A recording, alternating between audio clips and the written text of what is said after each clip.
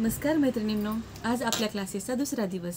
काल आपण आरी वर्कसाठी लागणाऱ्या सर्व साहित्याची माहिती करून घेतलीत आणि आज आपल्याला उत्सुकता लागलेली असेल की आज आपण काय शिकणार आहोत। तर आज आपण एम्ब्रॉयडरीच्या बेसिक स्टिचमधील रनिंग स्टिच आणि बॅक स्टिच या 2 स्टिचेस शिकणार आहोत। चला तर मग वाट कसली बघताय, चला करूया सुरुवात।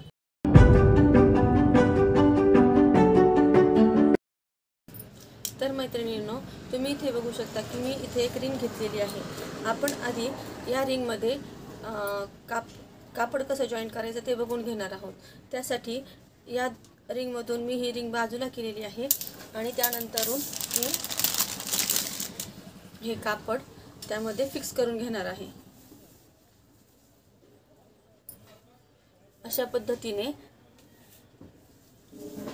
कापड स्प्रेड करून घ्यायचं आहे आणि त्यानंतर ही रिंग वरती ठेवून त्यामध्ये कापड फिक्स करून घ्यायचं आहे।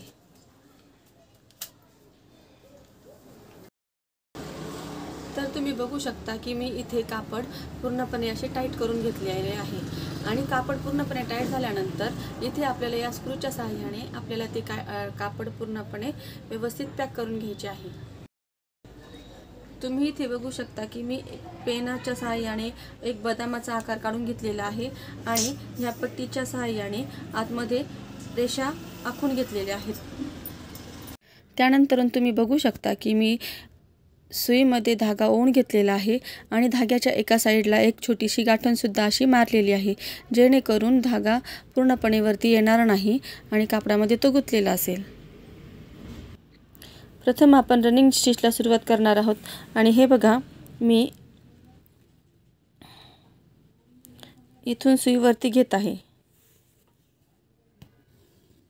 अशा प्रकारे धागा वरती आल्यानंतर थोडेसे अंतर ठेवून आपल्याला पुन्हा सुई खाली घालायची आहे आपल्याला आणि तो धागा पूर्णपणे ओढून घ्यायचा आहे।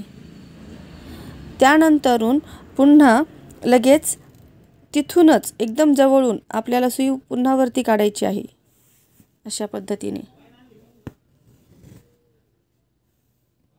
तुम्ही बघू शकता कशा प्रकारे पुन्हा धागा वरती आलेला आहे। नंतरून पुन्हा इथून आपण जेवढे अंतर घेतले आहे इथून इथपर्यंत तेवढेच अंतर आपल्याला इथून इथं पुढे घ्यायचे आहे आणि ती स्टिच कंप्लीट करायची। तशीच चालू ठेवायची आपल्याला पुढे असंच।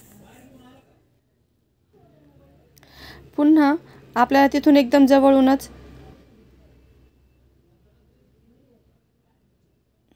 सुई पुन्हा वरती घ्यायची आहे।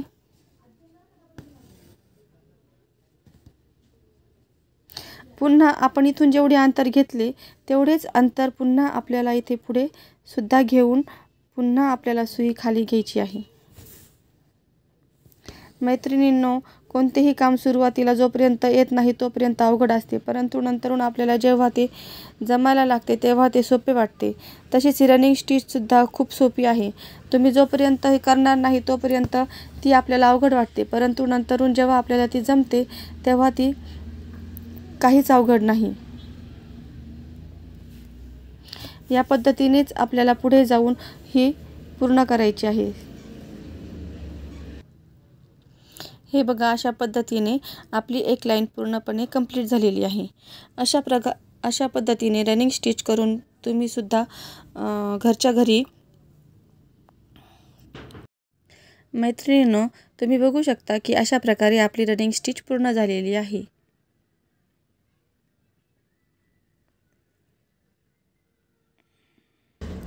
आता आपण बॅक स्टिचची तयारी करणार आहोत। चला तर मग बॅक स्टिच शिकायला घेऊयात। त्यासाठी आपल्याला रनिंग स्टिचसाठी आपण जशी सुरुवात केली होती तशीच सुरुवात आपल्याला बॅक स्टिचमध्ये सुद्धा करायची आहे,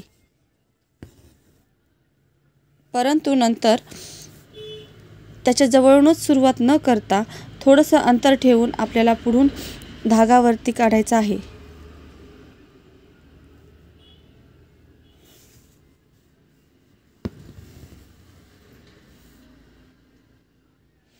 आणि मग नंतरून पुन्हा आपण जिथून सुई खाली घातली होती तिथंच पुन्हा एकदा आपल्याला तिथून सुई खाली घ्यायची आहे।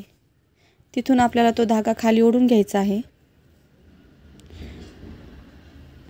त्यानंतरून पुन्हा थोड्याशा अंतरावर आपल्याला पुढून सुई काढायची आहे।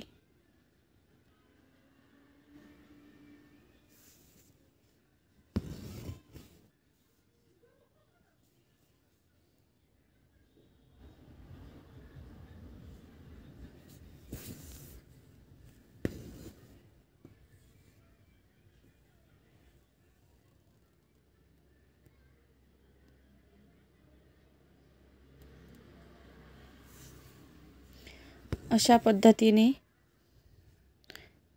ही बॅक स्टिच आपली रेडी आहे।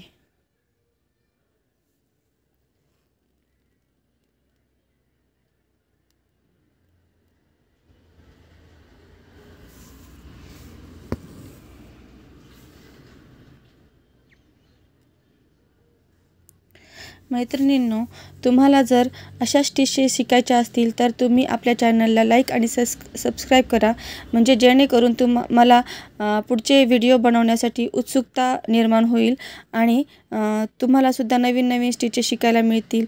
आरी वर्क आणि एम्ब्रॉयडरी वर्क पूर्णपणे मी तुम्हाला शिकवणार आहे। त्यासाठी तुम्ही फक्त मला सहकार्य करा। थोडंसं सहकार्य कोणत्या माध्यमातून, तर चॅनलला लाईक आणि सबस्क्राईब करण्याचे काम फक्त करायचे आहे आपल्याला।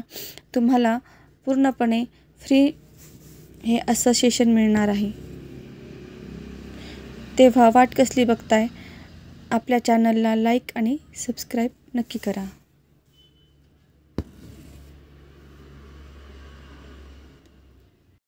मैत्रिणींनो, तुम्ही बघू शकता अशा प्रकारे आपली रनिंग स्टिच आणि बॅक स्टिच पूर्ण झालेली आहे आणि या स्टिचचा उपयोग आपण वेगवेगळ्या डिझाईन्समध्ये करू शकतो आणि तो उपयोग आपण कशा प्रकारे करायचा हे आपण नवीन व्हिडिओमध्ये सगळ्या स्टिचेस जेव्हा पूर्ण होतील तेव्हा आपण बघणारच आहोत। तेव्हा तुम्हाला जर व्हिडिओ आवडला असेल तर व्हिडिओला नक्की लाईक आणि सबस्क्राईब करा। थँक्यू।